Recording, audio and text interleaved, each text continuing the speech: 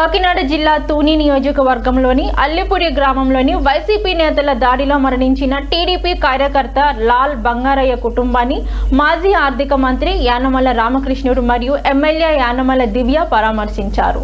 అసువులు బాసిన బంగారయ్య తల్లిదండ్రులను పరామర్శించిన యానమల రామకృష్ణుడు పార్టీ వారికి అండగా ఉంటుందని భరోసా ఇచ్చారు. అలాగే ఈ దాడిలో గాయపడిన మరో కార్యకర్త రుత్తుల దుర్గాప్రసాద్ ను కూడా ఆయన పరామర్శించి ఆరోగ్య పరిస్థితి అడిగి తెలుసుకున్నారు.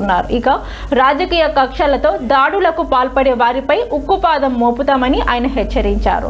వైకాపా అరాచకాలను ఇకపై ఉపేక్షించేదే లేదని, ప్రజలకు సేవ చేస్తేనే ఆదరణ లభిస్తుందని, దాడులు చేస్తే అధికారం రాదని హితవు పలికారు. ఇక ఎమ్మెల్యే యానమల దివ్య తరపున బంగారయ్య తల్లిదండ్రులకు 25,000 రూపాయలు తక్షణ ఆర్థిక సహాయాన్ని అందజేశారు.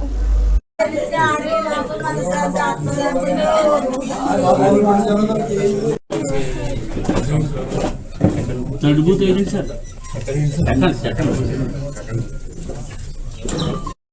పార్టీ సభ్యులందరికీ నా నమస్కారం. మేము పార్టీలో ఉంటున్నాం కానీ ఎప్పుడు కూడా బితుకుమానే బతుకుతున్నామండి. 2017 నుంచి కూడా అంతకు ముందు లెక్క వేరే ఉండేది, ఇప్పుడు లెక్క వేరే ఉంటుంది. 2017 నుంచి కూడా ప్రతి ఒక్కరమే కూడా బితుకుమానే బ్రతుకుతున్నాము. ఏ సమయాన్ని ఎక్కడ ఎవరు ఏం చేస్తారన్నది మాకు తెలియలేదు. అసలు ఎలాంటి అటాకులు చేస్తారన్నది తెలియలేదు. కేవలం చింతకాయల చిన్నబాబు పార్టీలోకి అపోజిషన్ గా వచ్చినందువల్ల మేము బ్రతుకుతున్నాం, భయపడే బ్రతుకుతున్నాము.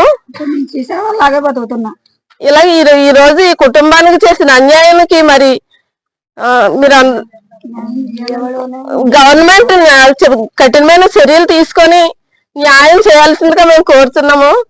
ఇక్కడ ఎంతో శోకంతో ఉన్నారు తల్లిదండ్రులు. చిన్నప్పటి నుంచి కని పెంచుకొని ఈ రోజు పెళ్లిడికి వచ్చిన ఒక కొడుకుని పొట్టన పెట్టుకున్నాడంటే మరి ఆడు ఎంత నరరూప రాక్షసుడో, మరి ఎప్పటి నుంచి తను కక్ష కట్టుకొని ఉన్నాడో తెలీదు. ఓన్లీ రాజకీయ కక్షలతో ఇలాగా ఆ ప్రాణాలు తీయడం అన్నది ఎంతవరకు కరెక్ట్ అన్నది గవర్నమెంట్ చాలా కఠినమైన నిర్ణయాలు తీసుకోవాల్సిందిగా మేము కోరుచున్నామండి. ప్రతి విషయానికి నా కొడుకు హాస్పిటల్లో ఉన్నాడండి. నా పిల్లలకి జరిగినట్టు ఎవరికి జరగకూడదండి. ఆడు బయటకు రాకూడదండి. ఆడు తీసేయండి.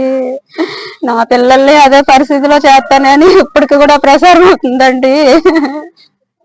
ఆడు సాగు బతుకుల్లో ఉన్నాడండి.